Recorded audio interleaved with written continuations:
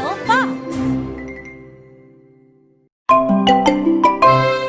The Adventures of Pinocchio, Chapter 16, The Belly of a Whale. Pinocchio ran to the ocean. Because he had worked at the orphanage, he was very strong. He swam through the waves easily. He swam so fast, he was able to swim with some dolphins. Hello, dolphins, Pinocchio called. I am looking for a large whale. Do you know where I can find it? Yeah! The dolphin said. They swam a big circle around him. One dolphin came below Pinocchio to help him swim deeper.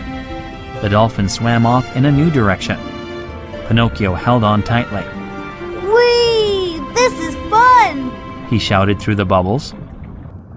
The dolphins dove deeper and deeper. Pinocchio could see something very big ahead. It looked like a big blue house. It was the whale. The dolphins swam near the whale.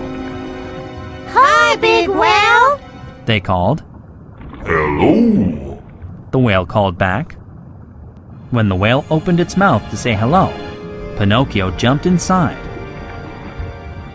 It's so dark in here. Pinocchio said, walking carefully along the whale's teeth. It's nice and warm, though. He walked deep into the whale's throat.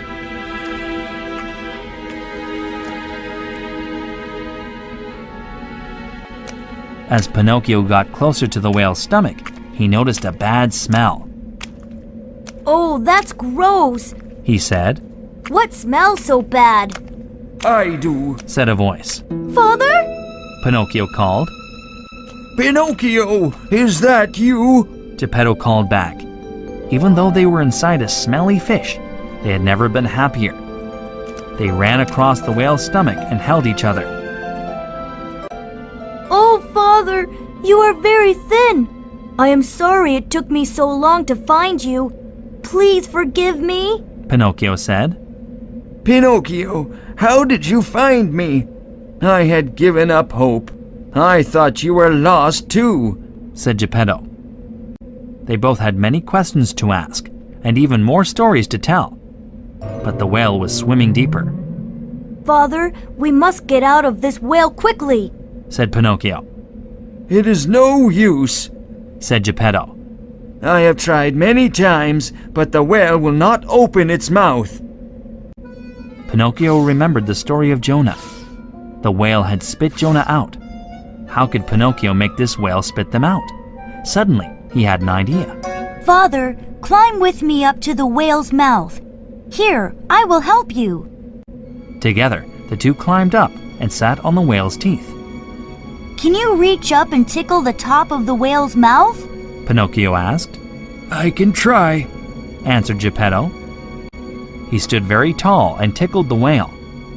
The whale started to swim up very quickly. Its tongue started to jump. The whale said, and it sneezed them onto the sand. Hooray! We made it!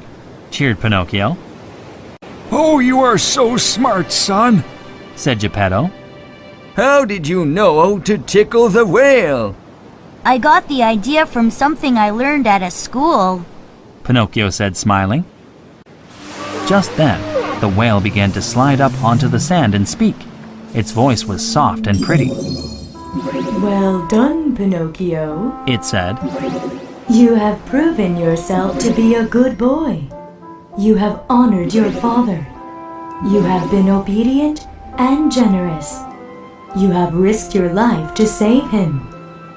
Suddenly, the whale vanished. In its place stood the blue fairy. Blue fairy? You were the whale? Pinocchio asked, very surprised.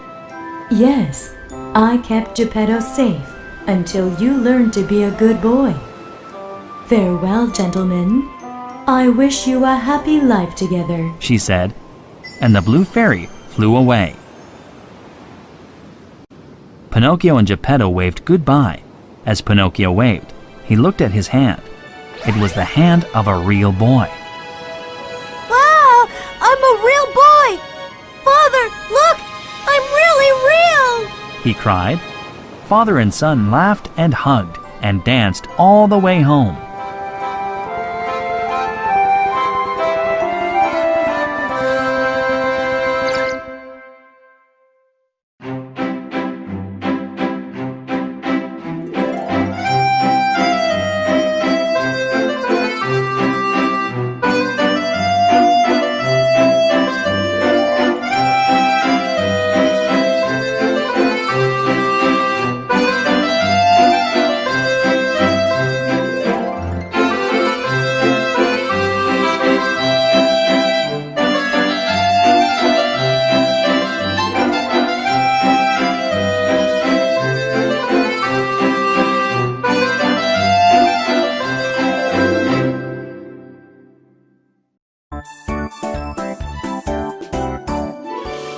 Little fox.